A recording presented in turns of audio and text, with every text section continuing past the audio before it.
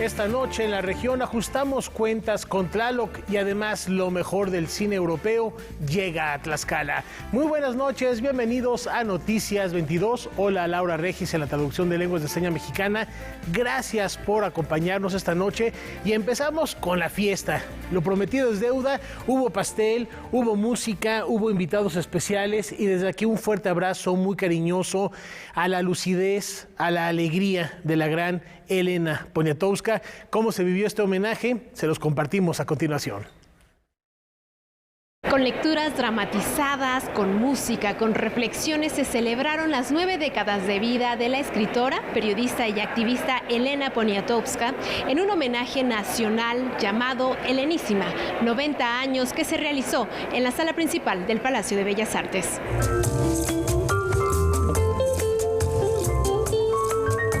Gracias, Elena querida, princesa que decidió caminar la tierra y ser periodista.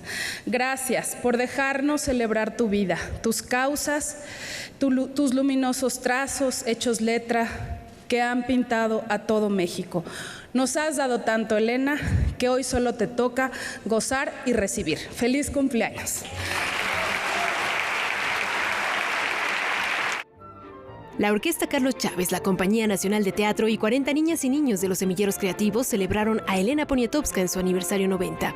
Un festejo en el que voces como la de Antonio Lascano, María Teresa Priego y Marta Lamas retomaron las causas sociales que la ganadora del Premio Cervantes defendió con su literatura y oficio periodístico. Sí, Elena, nos has hecho felices a miles y también hemos sufrido y llorado con tus letritas. Tu escritura es un grito de amor por nuestro bien amado México. Lo que es difícil lograr, como tú lo haces, es convertir la desgarradura en cita amorosa, en esperanza. Qué singular que justo tú, la más confiada y optimista de este mundo, sea una experta en aprender y narrar los dolores de los demás. Al tomar el micrófono, Elena Poniatowska se dijo emocionada y aseguró que todos somos sus nietos. Y recuerdo ahorita a todos los amigos y las amigas que me han precedido y que a lo mejor nos están viendo. Espero. Gracias. Gracias es una palabra muy bella y se las digo desde aquí, desde el fondo del corazón. Así celebramos a la autora mexicana, autora de cerca de 50 libros publicados y ganadora de más de 40 premios nacionales e internacionales. A la mujer que con su literatura nos acercó a mundos fantásticos y reales, a mundos desconocidos y al mundo cotidiano. Hasta aquí la información. Hasta la próxima.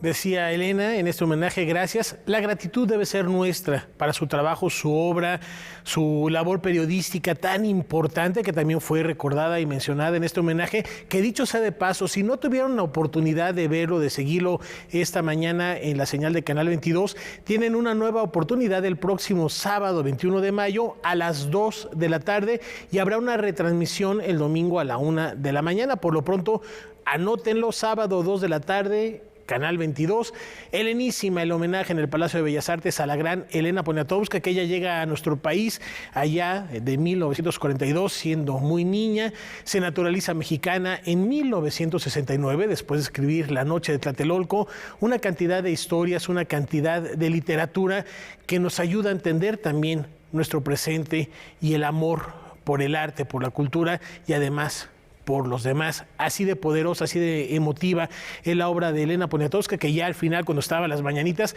hasta se puso a dirigir a la orquesta y al coro para celebrar su cumpleaños número 90. Muchísimas felicidades. Y continuamos con esta celebración, con esta algarabía por los 90 años de Elena Poniatowska. ¿Y qué les parece si escuchamos a continuación las palabras de Michael Schaushazer y analizamos qué significa para Elena Poniatowska la ciudad?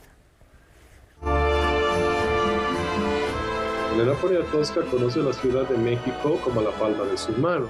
Descubrí un artículo suyo de mediados de los años 50 que se publicó en el periódico Novedades, en el que ella retrata lo que llama la Navidad de la pobreza. Es decir, ella va a hacer una entrevista a Santa Claus en una tienda departamental, ¿no? En la Ciudad de México.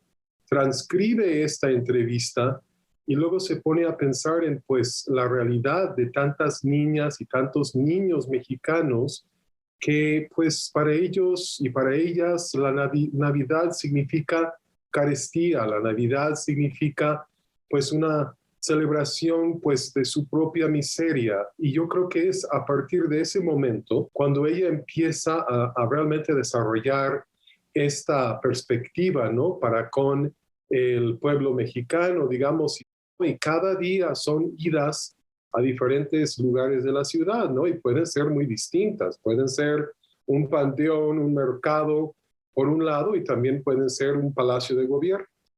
Ella se distanció en ese sentido de una comunidad literaria, ¿no? Ella realmente hurgó en ese México profundo, y yo creo que sus siguientes obras, por ejemplo, Todo empezó el domingo, ¿no? Que hizo con Alberto Beltrán, este gran grabador mexicano, pues son sus primeros, digamos, pininos, por así decirlo, en este mundo de la literatura testimonial, ¿no? En hacer periodismo, pero con una vertiente social. A ella le interesaba en una especie de exploración del libro de costumbrismos, digamos, aprender, ver, atestiguar las actividades de los mexicanos y las mexicanas en un domingo, digamos, en el parque de Chapultepec. Tomar todo eso en cuenta, su enorme producción, su compromiso con México. Ella misma ha construido un enorme fresco cultural del México del siglo XX, que es ese el México que le tocó vivir.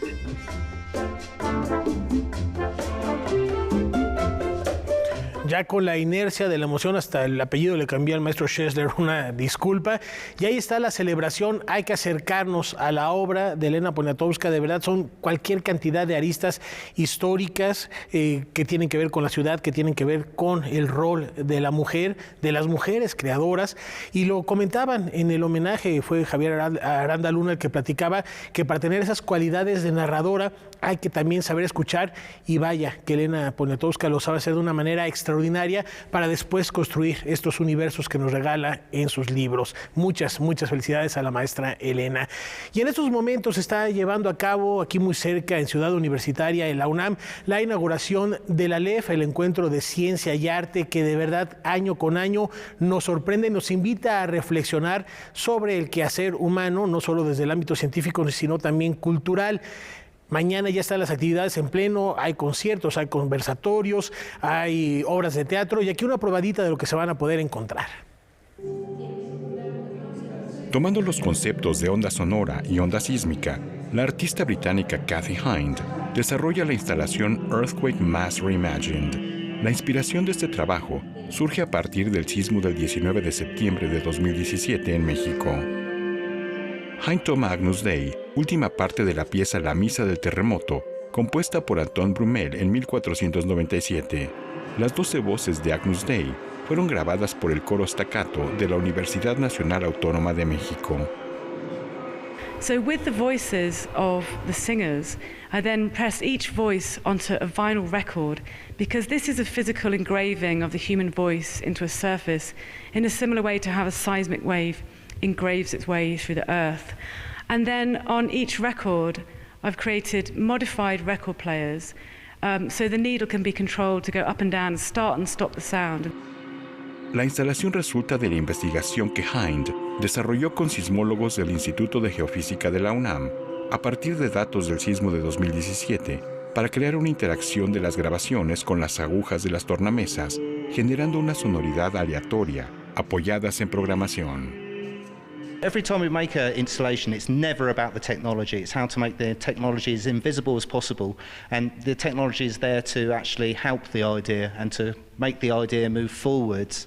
So what we try to do with this is just to use the technology in a very sympathetic way with the shape and with the composition.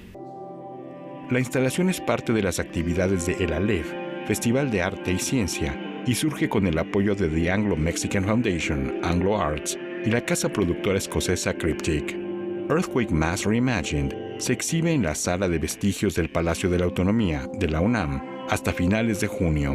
Noticias 22, Víctor Gaspar.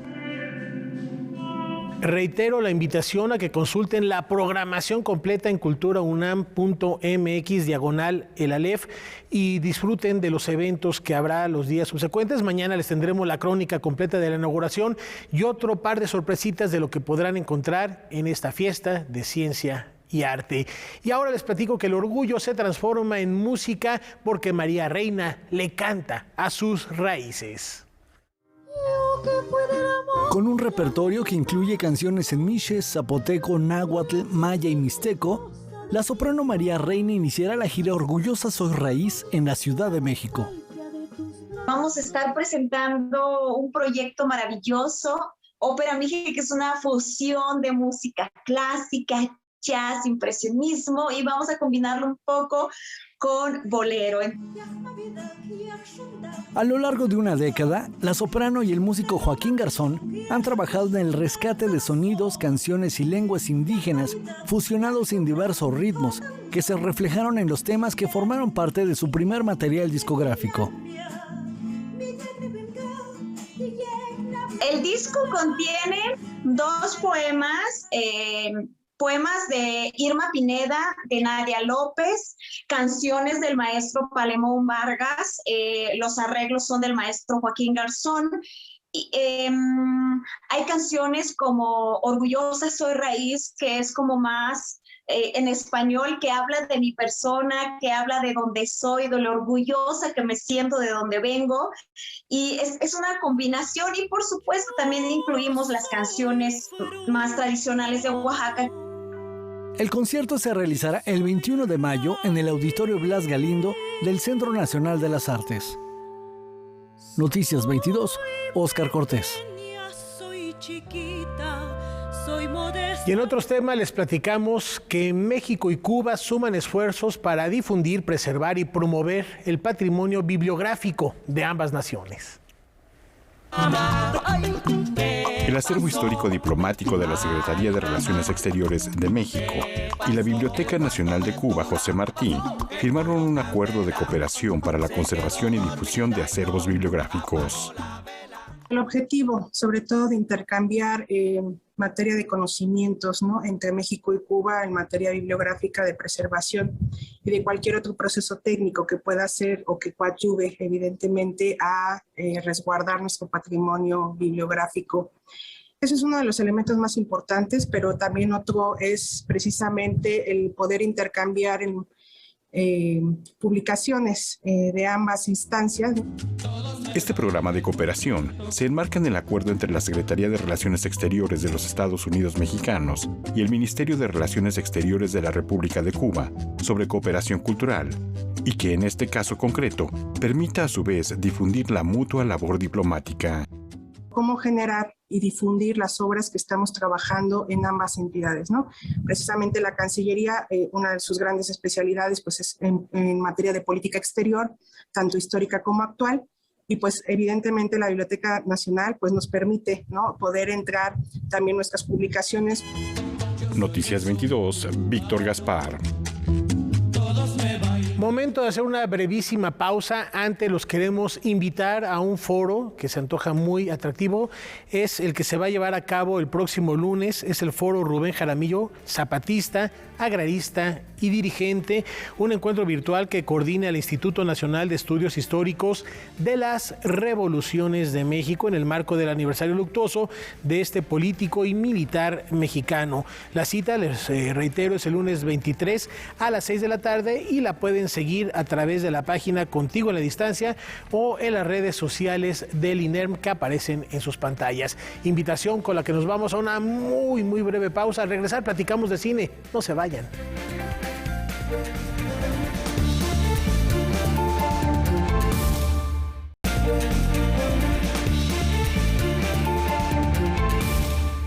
Es jueves de cine en Noticias 22 y esta noche la pantalla de nuestro canal nos va a presentar La Carga, una propuesta donde dos mundos se sincretizan. ¿De qué se trata? Descúbranlo a continuación.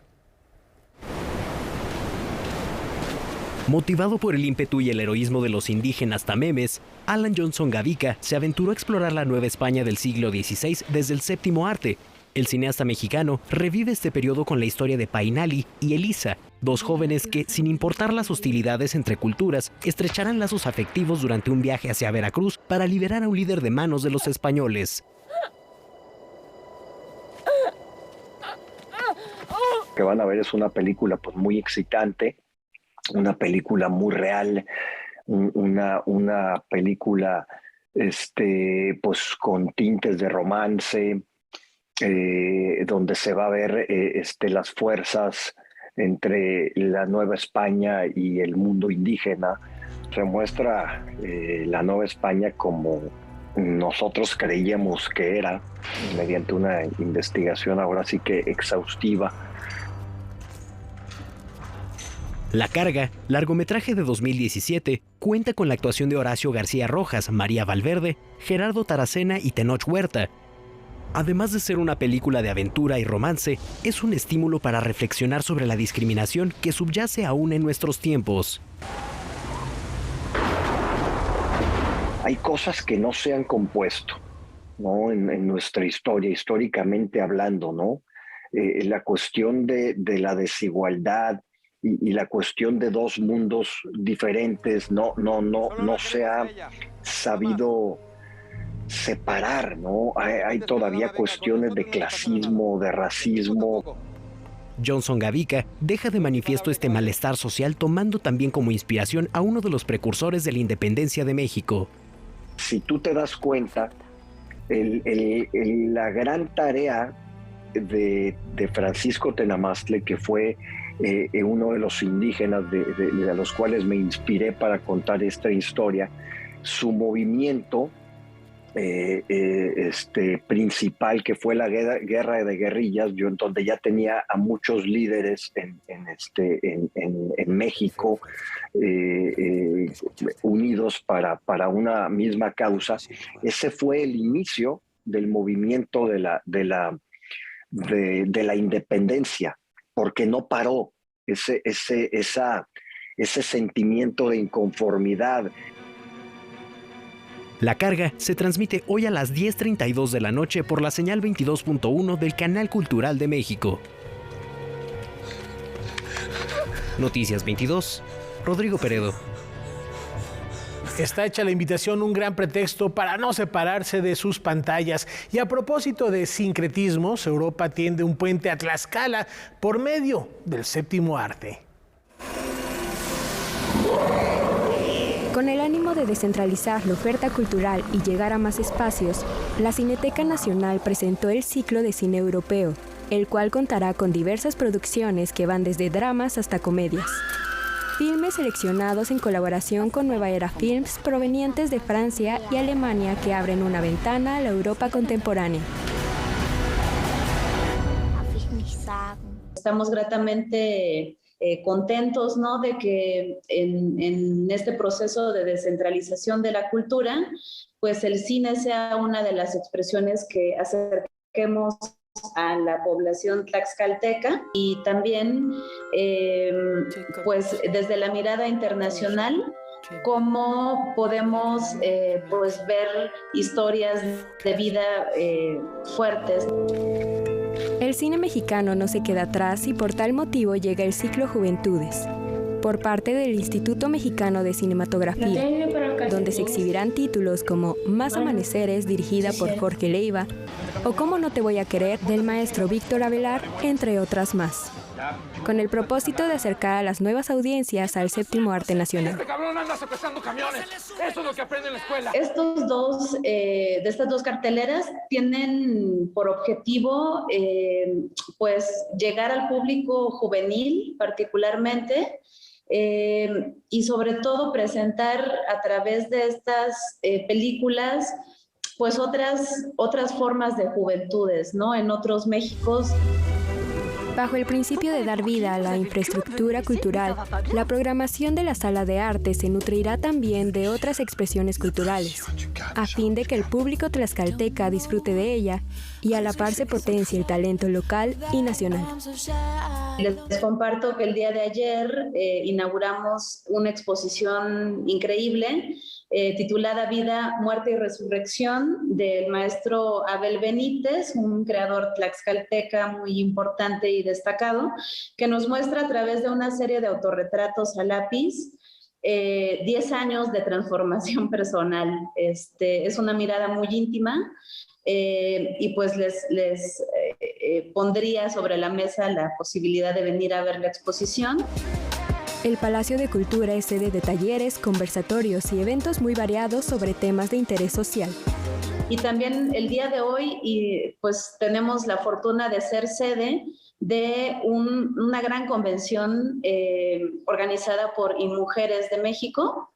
Tenemos en Palacio de Cultura a más de 70 mujeres de distintos países, de 23 países del continente, pues hablando sobre la recomendación en materia de violencia hacia las mujeres y niñas indígenas. Noticias 22, Paola Sánchez. Oigan, y como seguramente ya lo escucharon, Joan Manuel Serrat, este gran cantautor y poeta español, está en nuestro país como parte de una gira de despedida de los escenarios. A propósito de su visita a México, Canal 22 va a transmitir este domingo a las 10 de la noche el documental Autorretrato. Son las experiencias de Luis Eduardo Aute compartiendo con grandes intérpretes, con grandes exponentes, no solo de la música, sino de las artes en general. Y entre ellos, precisamente, se encuentra Joan Manuel Serrat, así que no se pierdan otra gran recomendación para el fin de semana, domingo 10 de la noche, Autorretrato en la señal de Canal 22. ¿Y qué les parece si ahora cambiamos de tema para platicarles que la plataforma de reportes, violencia y discriminación contra la comunidad LGBTQ+, lanza su segundo informe de resultados de cara al Pride 2022? La capital del país, el Estado de México y Jalisco son las entidades donde se dan más actos de discriminación, siendo las personas entre 18 y 25 años las más afectadas y los gays y lesbianas las más agredidas. Estos son algunos de los datos que revela el más reciente informe de Visible, organización civil que trabaja a partir de las denuncias que reciben en su página oficial. Este trabajo inició en el 2018 y hasta la fecha se han recibido 1.200 reportes de discriminación. Pensando en la población nacional, seguramente son pocos. Pensamos que la realidad de la violencia y discriminación en el país es mucho más preocupante que solamente la existencia de 500 incidentes durante un año.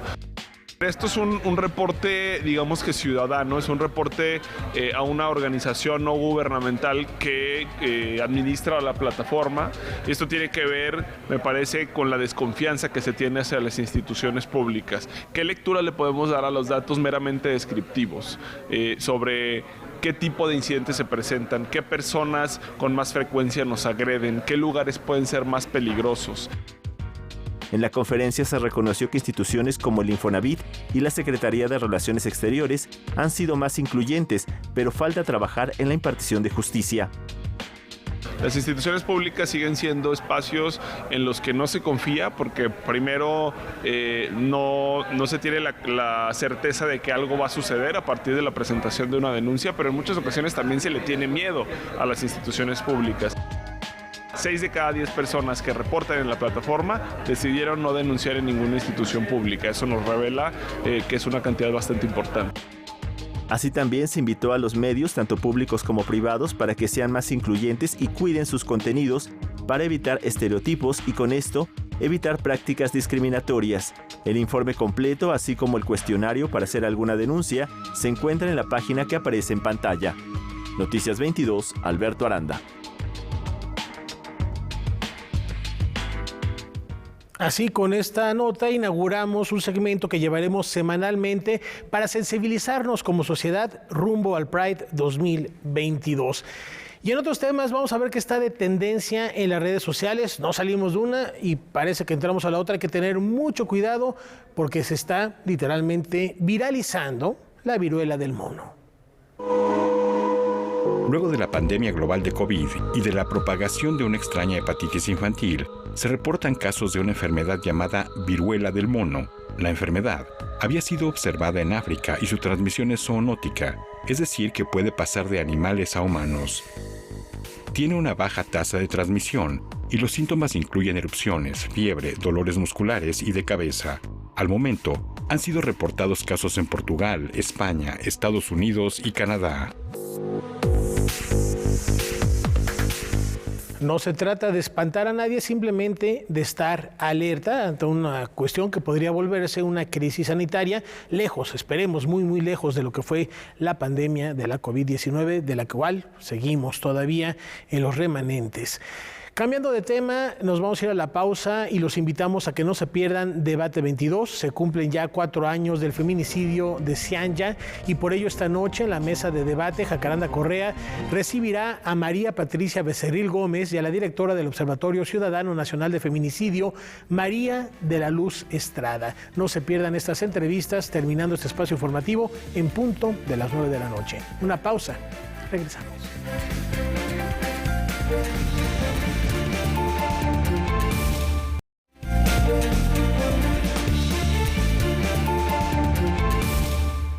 Gracias por continuar con nosotros en Noticias 22 y les comentamos que después de la polémica suscitada en Estados Unidos sobre las políticas contra la suspensión del embarazo, ahora se plantea seguir el ejemplo de México.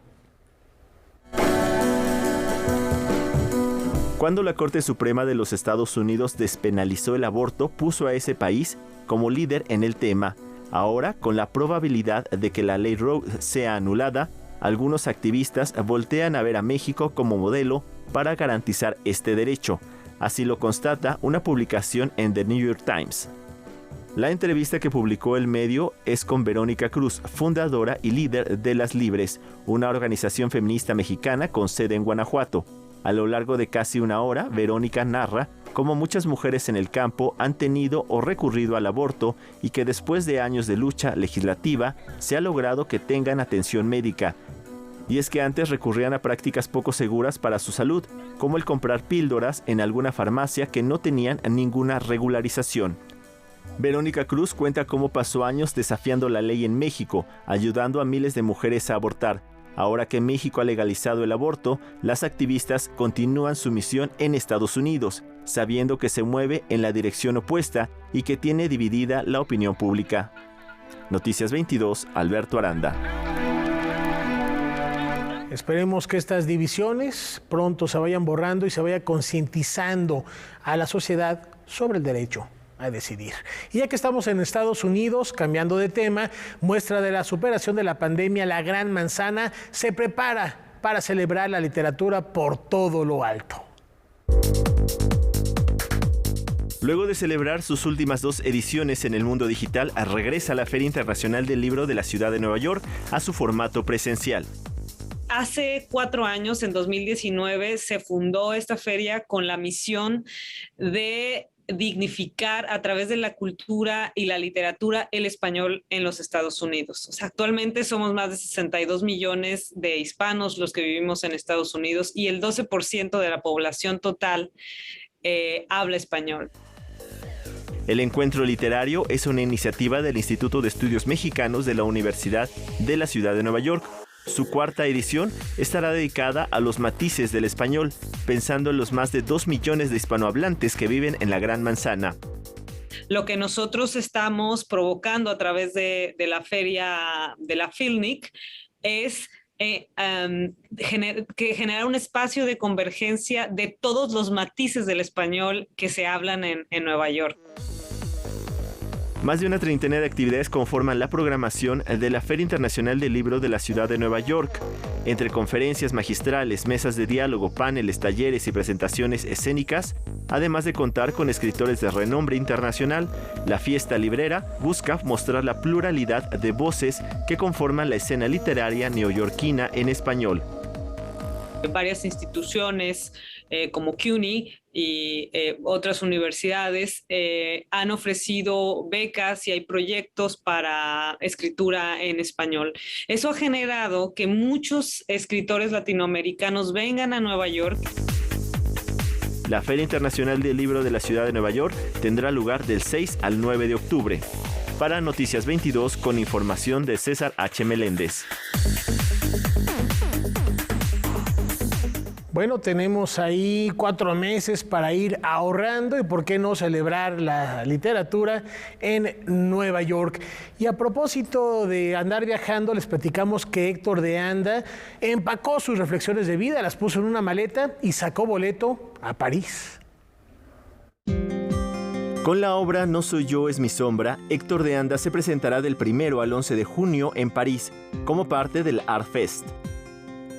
Sí, es uno de los epicentros del arte, definitivamente. Hay varios, está Berlín, está Londres, está Nueva York, está México.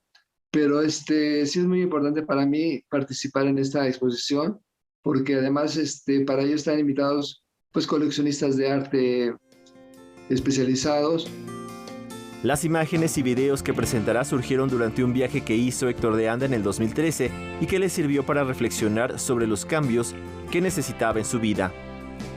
El tema base, como lo propuse a la galería, es el viajante, que son fotos, es toda una crónica que hago a través del viaje que hice, un viaje que hice de México a Jalapa en autobús, y voy fotografiando todo lo que voy viendo de una manera estática y repetitiva, como si fuera la misma foto, pero en realidad es otro lugar, que desde el mismo punto de vista. Yo no iba con la intención de hacer una crónica, se dio sola, se dio espontáneamente durante el transcurso del viaje. Y eso me sorprendió mucho porque el resultado me gustó, o sea, me pareció congruente con lo que soy, con lo que pienso, con lo que he hecho de trabajo, que mi trabajo es abstracto. Noticias 22, Alberto Aranda. Les platicamos que el rey de los deportes y la cultura saltan al diamante. ¿Por qué? Visitamos esta noche el Museo de los Diablos Rojos del México. Eso sí, vamos a verlo. El Estadio Alfredo Harpelú, Casa de los Diablos Rojos de México, resguarda entre sus muros distintas piezas de arte, además de tener una barda perimetral diseñada por Francisco Toledo. En la entrada el público es recibido por la escultura en bronce El Catcher de Sergio Hernández, la cual ha sido rebautizada por el público como El Diablito. Fue un sueño que fue creciendo durante 4 años. Se habilitó primero el Estadio Fray Nano, que estaba pues en condiciones poco favorables para el béisbol profesional. O sea, primero se levantó ese y al mismo tiempo se empezaron a poner los cimientos de lo que hoy es lo que llamamos el Diamante de Fuego, el Estadio Alfredo Harpelú, y fue realmente impactante. Y finalmente pues el resultado fue este hermoso parque que además nos recuerda a lo prehispánico, al estar hecho con piedra, al tener las pirámides, en fin, pero al mismo tiempo nos lleva al futuro con esta techumbre que va desde donde la gente llega hasta prácticamente el terreno de juego. Inaugurado en el 2019, el estadio fue diseñado por Alonso de Garay y Francisco González. Además de una escultura dedicada a los trabajadores que levantaron el inmueble, tiene 11 murales elaborados por Amado Montes, Demián Flores, José Luis García y Sergio Hernández. Pero en uno de los extremos se encuentra el Museo Diablos. En la entrada, el público es recibido por piezas de Leonora Carrington y Sabino Guizu. El plan duró 1 año, la ejecución del museo, y siempre se dijo, bueno, tenemos que conjuntar cultura con deporte, pero pensar en todo y que la gente se divierta. Entonces, pues sí fue un reto.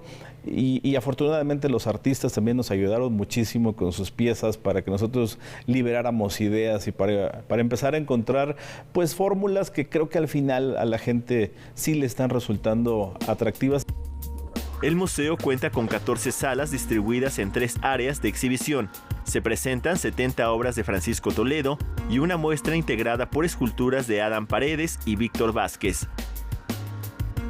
Hay muchísima curiosidad por saber esta parte del béisbol del maestro Toledo, o sea, porque quizá no es muy conocida, aunque para nosotros sí, porque hemos convivido durante muchos años, para la gente no es tan conocida, y bueno, van y se encuentran con una obra que además está presente en el estadio con la barda perimetral que él la diseñó, y empiezan a ver pinturas, dibujos de béisbol de ligas negras.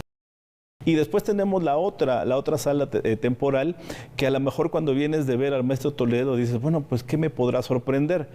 Pero encontramos elementos de Adán Paredes y de Víctor Vázquez que son muy beisboleros, y bueno, la gente ahí estalla, ¿no?, en emoción, y ni siquiera ha empezado el recorrido del Museo de los Diablos. La última área del museo es un recorrido por la historia del equipo de béisbol, en donde se combina tecnología, historia, artículos de colección y piezas intervenidas por artistas como Demián Flores y el Dr. Lacra. Pues la verdad, cuando se empezó a diseñar arquitectónicamente y además con todos los elementos que queríamos incluir, porque queríamos obviamente darle un lugar al estadio, queríamos darle un lugar a la afición, queríamos darle un lugar a las leyendas y a los grandes logros. Noticias 22, Alberto Aranda. Nada más para sacarme la espina y terminar con el bullying aquí en el foro, el Museo de los Diablos Rojos del México. Ahí quedó, hay que darse una vuelta, hay que visitarlo y hay que celebrar, por supuesto, el béisbol y el arte y sobre todo el maestro Toledo. Y con esta información nos vamos a una muy breve pausa. Al regresar, váyanse planteando ¿a qué sabe México? Regresamos.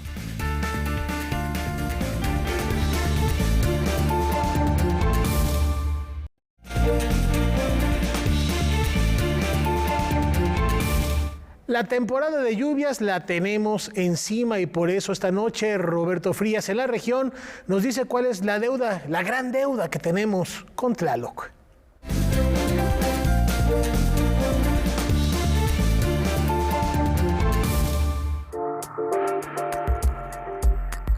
La idea inicial surgió hace 200 años, en 1822, cuando Lucas Alamán solicitó a Agustín de Iturbide establecer un conservatorio de antigüedades y un gabinete de historia natural en los salones de la Real y Pontificia Universidad de México. De ahí surgió el Museo Nacional Mexicano, que por designio de Maximiliano de Habsburgo habría de trasladarse a la antigua Casa de Moneda, donde se llamaría Museo Nacional de México. Ahí se fueron concentrando poco a poco algunos de los más importantes descubrimientos arqueológicos del país. Surgieron los estudios de los pueblos prehispánicos, de etnografía y de arqueología. Este fue el germen de lo que habría de ser el Museo Nacional de Antropología. El ambicioso proyecto tuvo detrás el impulso del gobierno mexicano de la época, principios de los años 60, que compartía la preocupación de su partido, el PRI, por constituir una imagen nacional simbólica que fuera sólida. Se manejaba entonces la idea de país mestizo, mezcla casi en partes iguales de una cultura española y una indígena, idea bastante en desuso hoy cuando sabemos que existen muchas culturas en México que no han sido incluidas en el proyecto de nación y que han luchado por salir de la invisibilidad frente al Estado. En términos arquitectónicos, el imponente museo reutilizó elementos de las culturas prehispánicas como el vacío, los diversos tipos de piedra, la abundancia de la luz y la presencia del agua, y los mezcla con las ideas de la época provenientes de los académicos, los investigadores y los políticos. El piso superior ostenta una celosía de serpiente geometrizada, como el propio museo le llama en su página web, al trabajo de Manuel Felgueres. La enorme columna revestida de bronce que se yergue en el centro del paraguas del patio muestra elementos donde otra vez se reafirma la idea de una cultura mestiza y de cierta fe en el progreso, de acuerdo a un guión visual de Jaime Torres Bodet.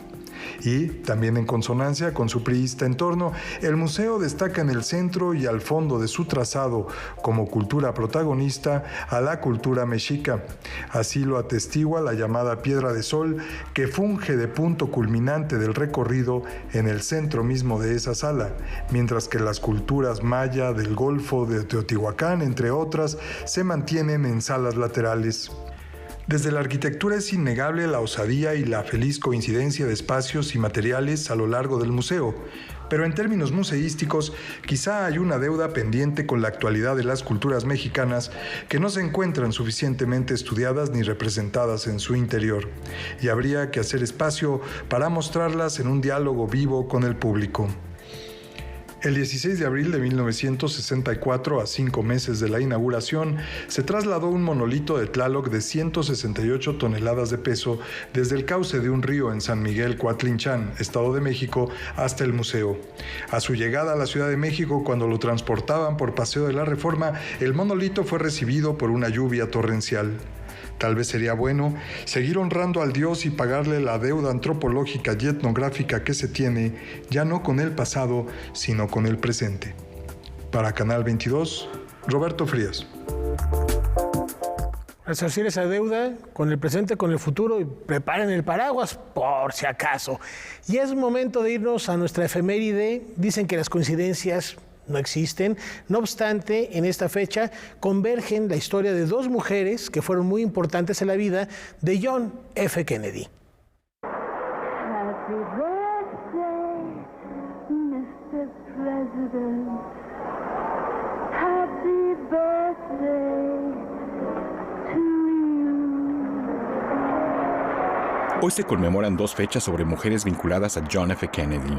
Hace justo 60 años, en 1962, el Madison Square Garden de Nueva York atestiguó la interpretación de Happy Birthday dedicada por Marilyn Monroe a John F. Kennedy. El símbolo sexual de Hollywood había sido vinculada amorosamente al presidente norteamericano y en esa ocasión apareció con un vestido icónico de $12,000 que alcanzó la suma de 4.8 millones en 2016.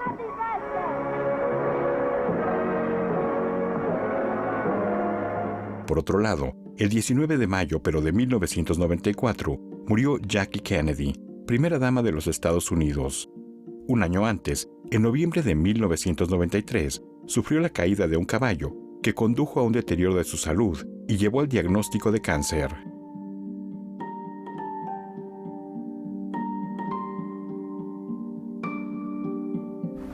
Pues ahí está, emblemáticos momentos en la historia. Bueno, el Happy Birthday se volvió no solo para Estados Unidos, sino para todo el mundo un momento muy representativo en lo que respecta a la cultura contemporánea. Y ahora tenemos una invitación para los maestros de las artes culinarias de nuestra tierra. Con el propósito de fortalecer la tradición alimentaria al reconocer y visibilizar los saberes, prácticas y tradiciones de las diversas regiones del país, la Secretaría de Cultura, a través del proyecto Chapultepec, Naturaleza y Cultura, invita a cocineras y cocineros a participar en la convocatoria de la segunda edición del concurso gastronómico ¿A qué sabe la patria? Tenemos dos categorías, la categoría individual y la categoría colectiva, ¿no? En la primera se participa de forma individual y pueden participar cocineras y cocineros residentes en la República Mexicana. En la categoría colectiva está en el mismo tenor. Pueden participar con una receta como colectivo cocineras y cocineros residentes en la República Mexicana, y los colectivos estamos considerando que estén constituidos de mínimo 3 personas y máximo 7. La fusión de alimentos y productos endémicos mexicanos como el maíz, el cacao y el chile han sido materia prima en la herencia culinaria de los pueblos indígenas, afromexicanos, mestizos y populares de contextos urbanos y rurales mexicanos. Este certamen pretende además fortalecer el linaje gastronómico de la mano de los portadores culturales que lo resguardan y lo llevan a la mesa todos los días. El hecho de alimentarnos como sociedad y como comunidad va más allá del hecho de nutrirnos. Hay una etnia africana que dice solamente los leones comen solos. Es decir, la comensalidad es un acto de solidaridad, es un acto de compartir, y por eso es tan importante en nuestra sociedad mexicana. ¿A qué sabe la patria? Intenta también poner en primer plano esta característica de nuestra cultura mexicana. ¿A qué sabe la patria? Reconoce el valor de transmitir saberes familiares, conocimientos y valores alimenticios a las nuevas generaciones, subrayar su importancia social, ritual y colectiva, así como su contribución al bienestar y salud de las comunidades. Pues invitamos a todos los cocineros y cocineras de toda la República Mexicana, de todas las culturas de este enorme país, a que participen a qué sabe la patria. Acá estaba la patria que busca poner en primer plano la gran riqueza de nuestro patrimonio cultural. Noticias 22, Paola Sánchez.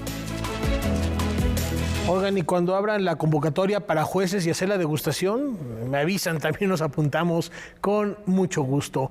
Y les platico que la educación es un derecho humano, la base para consolidar la paz y el desarrollo sostenible. Bajo esta premisa, la UNESCO nos invita a reimaginar el futuro. Este miércoles 18 de mayo se presentó en las instalaciones del Instituto Simón Bolívar en Popocatépetl el informe en español de la UNESCO Reimaginar juntos nuestros futuros. Un nuevo contrato social para la educación. Un contrato social por la educación, reimaginar juntos nuestros futuros, es una iniciativa que tiene la UNESCO y que hace un llamado a la sociedad, a la comunidad educativa, justo a hacer un nuevo contrato por la educación. ¿Por qué? Porque el mundo está cambiando. Vivimos un mundo en donde las transformaciones nos han rebasado. Traducido por la Fundación SM, al encuentro acudieron Sofía Leticia Morales, secretaria de Educación de Nuevo León, Jessica González, directora del Instituto Simón Bolívar, Cecilia Espinosa, directora de la Fundación SM, y Frédéric Bacherón, representante de la Oficina de la UNESCO en México. Durante la pandemia, 26.6% de los niños que abandonaron la escuela lo hicieron porque las clases fueron poco funcionales para el aprendizaje, ¿no? La educación y la calidad siguen tan vigentes en estos tiempos. Es por eso que se tocaron varios puntos importantes, dentro de los que se destacan la descentralización educativa, la participación de la sociedad y la importancia de evolucionar el sistema escolar post-pandemia, incorporando y democratizando las nuevas tecnologías para llegar a todos los rincones del mundo, desde el pueblo más remoto hasta el barrio más pobre de las ciudades. Que lean el informe Reimaginar Juntos Nuestros Futuros, que la UNESCO está promoviendo, que impulsó, que este es un trabajo que salió ya desde noviembre del año pasado, pero que ahora lo hacemos público en su versión en español, y que se sumen al movimiento que desde la Fundación SM, en alianza con la UNESCO, estamos impulsando. Para Noticias 22, Andrés Pereda. Cuando se dio a conocer la noticia, nuestro querido amigo Roberto Coria publicaba en su Twitter que hoy el Partenón de la música del cine tenía un nuevo integrante. Nos referimos al compositor griego Vangelis, falleció a los 79 años de edad, indiscutiblemente una leyenda de la música. No solo compuso para cine, sí era muy amigo de Ridley Scott y lo recordamos multigalardonado. En los premios que me digan de música de cine, ahí estaba el nombre de Vangelis, y por supuesto célebres son sus bandas sonoras para películas como Carros de Fuego o Blade Runner. Esta noche, a manera de homenaje, nos despedimos celebrando su legado, celebrando la vida del gran Vangelis con un recuerdo, un recuento y, por supuesto, como es costumbre de Espacio, con su música. Nos vemos el día de mañana. Muchas gracias. Muy buenas noches. Vangelis muere a los 79 años por complicaciones derivadas del COVID-19. Era atendido en Francia. Nacido en 1943, en Atenas, bajo el nombre Evangelos Odiseas Papatanasiou, Vangelis fue un músico autodidacta que incursionó en los géneros de música electrónica, orquestral y ambient. Fundó su primera banda, los Fromics, en 1963. Confirmó su prestigio internacional al obtener un Oscar por la banda sonora de la película Carros de Fuego en 1981. Su reconocimiento se acrecentó con el trabajo musical que seguiría en filmes como Blade Runner y 1492, haciendo de Vangelis un referente sonoro global.